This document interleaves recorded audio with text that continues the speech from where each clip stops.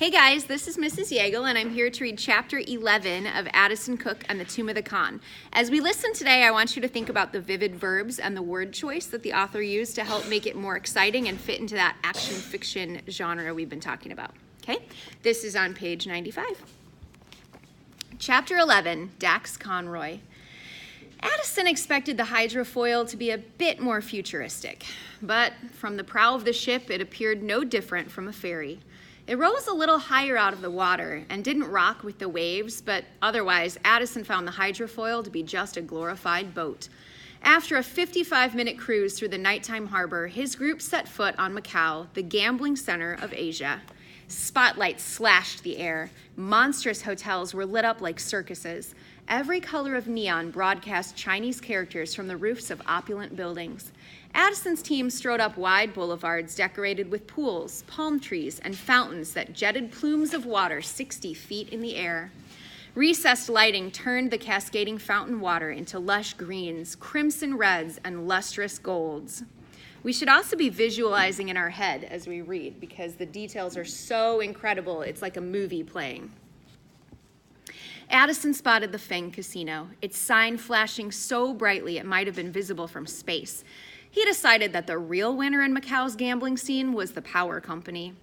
The group approached the massive casino hotel, craning their necks to take it all in.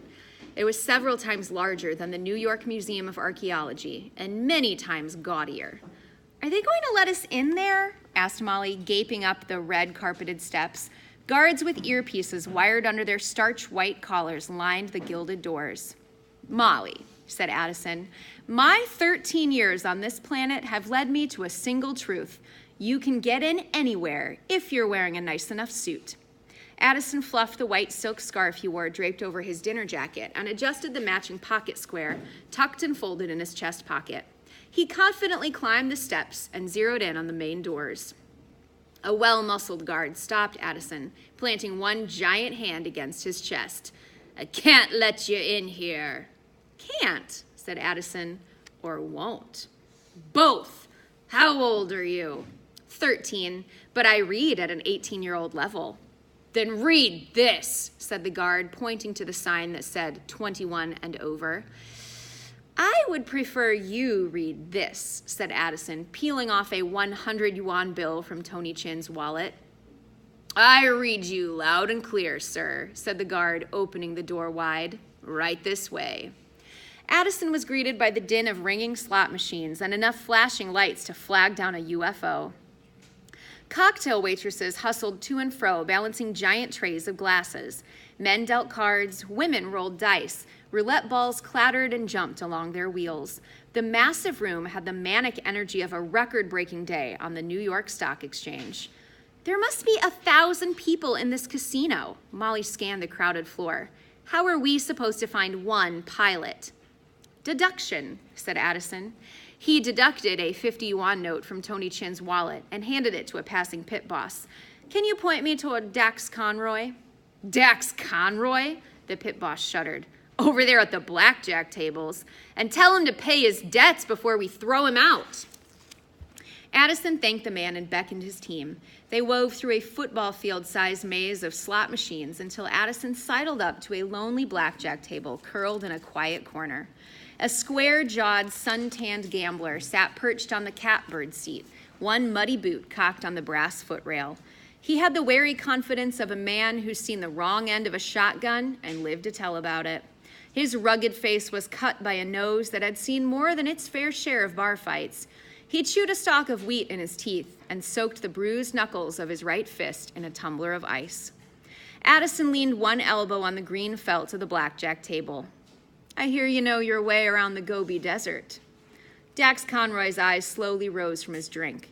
He wore a brown leather bomber jacket. His jaw was grizzled with stubble. His brow crinkled at the sight of a 13-year-old. "Get out of here, kid.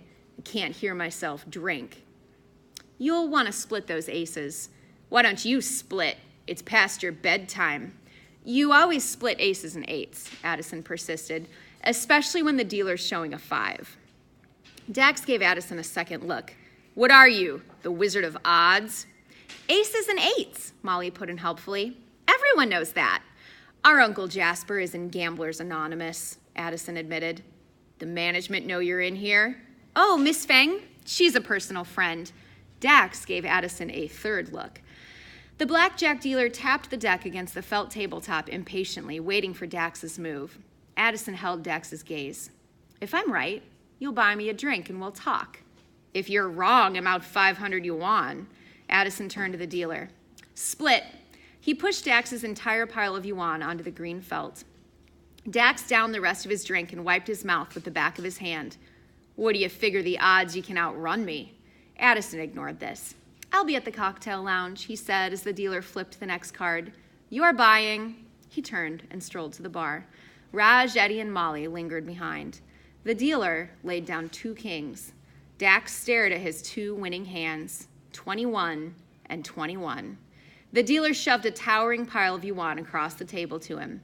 This single stalk of wheat fell out of Dax's mouth. Addison rested at a plush red booth in the cocktail lounge. His team piled in beside him. Dax strode into the room, clutching a fat wad of yuan. He nodded at the maitre d', pointed a finger gun at the piano player, and dragged a bar stool over to the booth. Addison signaled the waiter. Arnold Palmer, no rocks. He lifted an eyebrow to Dax. Dax grunted at the waiter and slid 50 yuan across the table. I'll have what he's having. The waiter nodded briskly and vanished to fill the order. Some bar snacks, too, Eddie called after him. Addison leaned closer to Dax and stated his business. I need to charter a flight to an oasis town on the Silk Road in the Gobi Desert. Dax studied Addison carefully, taking his measure. I'm supposed to meet Mr. Cooke. I am Mr. Cooke, said Addison, handing over his business card. Kid, do I look stupid to you? Never mind, don't answer that, he said quickly. Look, said Addison, you know the museum's good for the money. You might as well fly the plane. Kid, I ain't no babysitter. Addison chewed on this. Dax was no pushover. When I saw you stand up from the blackjack table without buttoning your jacket, I assumed it was because you're American. Now I can see it's because your button is missing. You need a gig, and our money's just as good as anyone's. I don't fly kids. Really? I hear you'll fly anything and look the other way. Kid, said Dax, reciting his motto, the only direction a pilot needs to look is forward. But you still won't fly us? Dax leaned forward on his elbows. The Gobi's not some giant sandbox. You'll need camels, water, and weapons. It's the largest desert in Asia. Most of it's not even sand, just rock, like crossing the surface of the moon. It's 122 degrees in the summer and minus 40 in the winter. Shifting sand dunes will bury a man in seconds. Snow leopards, brown bears, and wolves will eat you alive. Raj leaned forward excitedly. He was rapidly developing an affection for Dax. Here was a kindred spirit. Dax plowed on. The Uyghur separatists carry out bombings and assassinations. The Hui people have a hatred of foreigners. If they'll slaughter a Uyghur or a Tibetan, they certainly won't think twice about carving up a Westerner in a fancy dinner jacket. The Gobi is 1,000 miles of the roughest country on earth. Kid, this ain't Disneyland. You're just trying to get a better price out of me. Dax shrugged. Addison didn't have all night to negotiate. He was in Madame Feng's casino, the heart of enemy territory. He decided to play his ace. He fished in his pocket and held up Madame Feng's black dragon chip. Instantly, the maitre d' appeared, quivering at his side as if shot from a bow. Addison kept his eyes locked on Dax. Forgive all Mr. Conroy's debts. Immediately, sir. Addison heard a buzz of excitement rippling through the lounge. Patrons had spotted his black dragon chip. He noticed one of the casino cameras mounted on the ceiling zooming in on him. He knew he had to hurry things along. Dax held Addison's eye contact. 3 square meals a day, plus per diem for me and my co-pilot. You need a co-pilot? I never fly without Mr. Jacobson. Fine. Anything else? When do you want me to start? Addison saw armed security guards converging on the cocktail lounge, drawing their riot sticks. Right about now. He downed his Arnold Palmer. Guards closed in. Addison flipped his black dragon ship through the air, sending it skittering across the tiled floor. Patrons dove and fought for the valuable chip, slowing the advance of the security guards. Addison stood up from the table and smoothed the lapels of his dinner jacket. Shall we? Addison did not like sprinting in his new blazer. It did not seem dignified. Still, running struck him as the most prudent course of action. He legged it for the front doors. Dax seemed entirely comfortable running from casino guards, no questions asked. Addison got the distinct impression that Dax was quite used to exiting casinos at full gallop.